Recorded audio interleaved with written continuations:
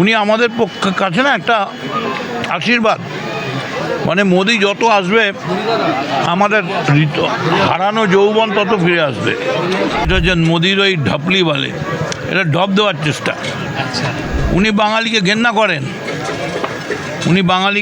করেন, তার প্রমাণ ক্যা রবীন্দ্রনাথ সান্যাল, ক্যা বঙ্কিম দা कैसे है।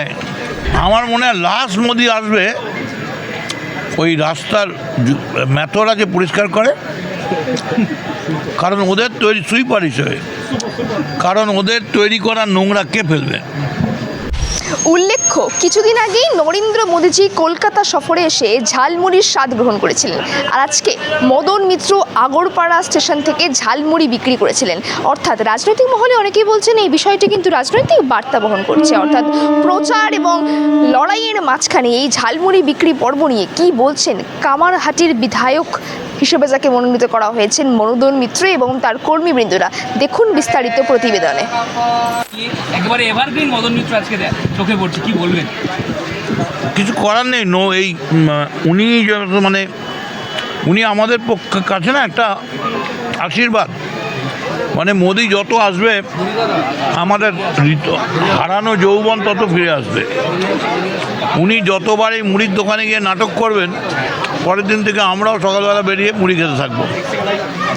এই যে মুড়ি খেতে খেতে উনি বললেন যে প্রতিশ্রুতিগুলো, 2 কোটি টাকা 15 লাখ, 2 কোটি চাকরি, 15 লাখ ক্যাশ, 3000 করে ব্যাংকে, আজ পর্যন্ত একটা সত্যি কিছু হয়েছে।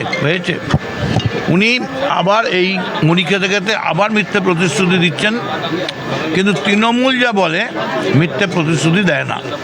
আমাদের যা যা প্রতিশ্রুতি ছিল মমতা বন্দ্যোপাধ্যায়ের, এমনকি লাস্ট যুবসাথী, পথশ্রী, প্রত্যেকটা জায়গায় করছি। মোদি শুধু আসছে মারিচ রাক্ষস যেমন একটা বেশে এসছিল, সাধুর বেশে রামের কাছে, সেরকম নরেন্দ্র মোদি নানা চরিত্রে স্টেজ রিহার্সাল দিয়ে,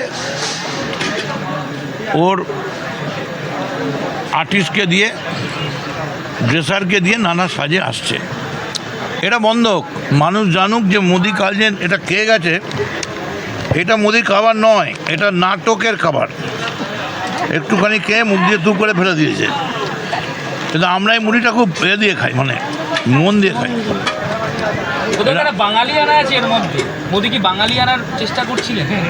বাঙালি আনা না, এটাকে বলে একটা গান আছে জানো, ঢপলি বলে, ঢপলি বাজা। এটা হচ্ছে তেরা ঘুঙরু, এটা হচ্ছে মোদির ওই ঢপলি বলে, এটা ঢপ দেওয়ার চেষ্টা। উনি বাঙালিকে ঘেন্না করেন, তার প্রমাণ ক্যা রবীন্দ্রনাথ সান্যাল, ক্যা বঙ্কিম দা कैसे है। ওনার বন্ধু পৈতৃক, এটা চলবে। আজকে আমরা এখানে একটা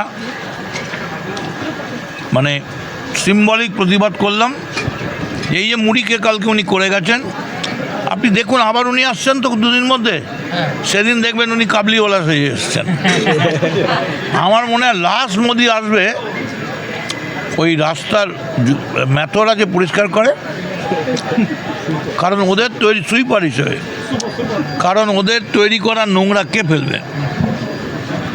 ফলে মোদির এই নোংরামি বাঙালি ধরে ফেলেছে। এইটা হচ্ছে আসল চেহারা। ট্রেন আসছে, ট্রেনটা দেরি করছে, আমরা মুড়ি খাচ্ছি, ঠিক আছে। বুলবুল ভাজা টাটকা তাজা খেতেই মজা, হরিদাসের বুলবুল ভাজা টাটকা তাজা খেতেই মজা।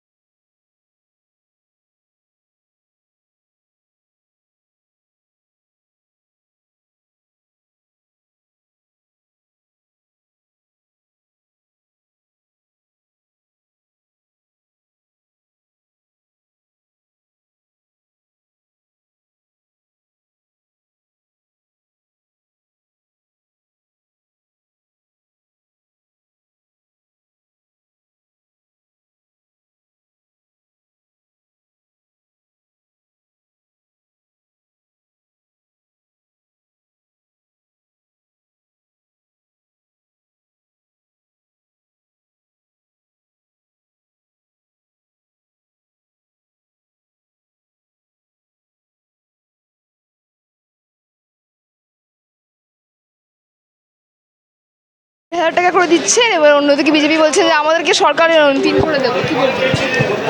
দেখুন 3 করে দেবার জায়গা ওনার নেই, কেন উনি তো আসবেই না, বিজেপি আসবে না। সুতরাং ওইসব স্বপ্ন দেখে লাভ নেই, বেকার স্বপ্ন দেখাচ্ছে।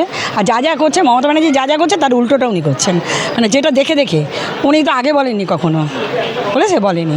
এখন মমতা ব্যানার্জি যেইভাবে এগোচ্ছে উনি সেইভাবে তার পেছু স্মরণ করে করে চলছে। এভাবে বাংলা পাওয়া যায় না, এভাবে পশ্চিমবাংলা পাওয়া যায় না। বিশ্বাসটা করবে কি করে? নকল করছে মোদি করছে তাই নাকি তৃণমূল? আমরা কিছু নকল করিনি তো, উনি নকল করছেন। উনি দেখেছেন পথে ঘাটে রাস্তায় মমতা ব্যানার্জি নেমে পড়ছে, এর সাথে যোগাযোগ করছে, ওর সাথে যোগাযোগ করছে। এইরকম মুখ্যমন্ত্রী কোথায় পাবে? পশ্চিমবাংলা আর পাবে না জীবনে কোনো দিন। এই চলছে, যতদিন মমতা ব্যানার্জি থাকবে জয় বাংলা। শুভেন্দু বলছেন যে 26 নির্বাচনে গিয়ে মমতা সুমেদের কোনো কথার উত্তরই দেওয়া উচিত না, যারা উত্তর দেয় তারা মনে হয় বোকা। ওর নাম মুখে নেওয়া পাপ, মির্জাফর, শুভেন্দু অধিকারী মির্জাফর।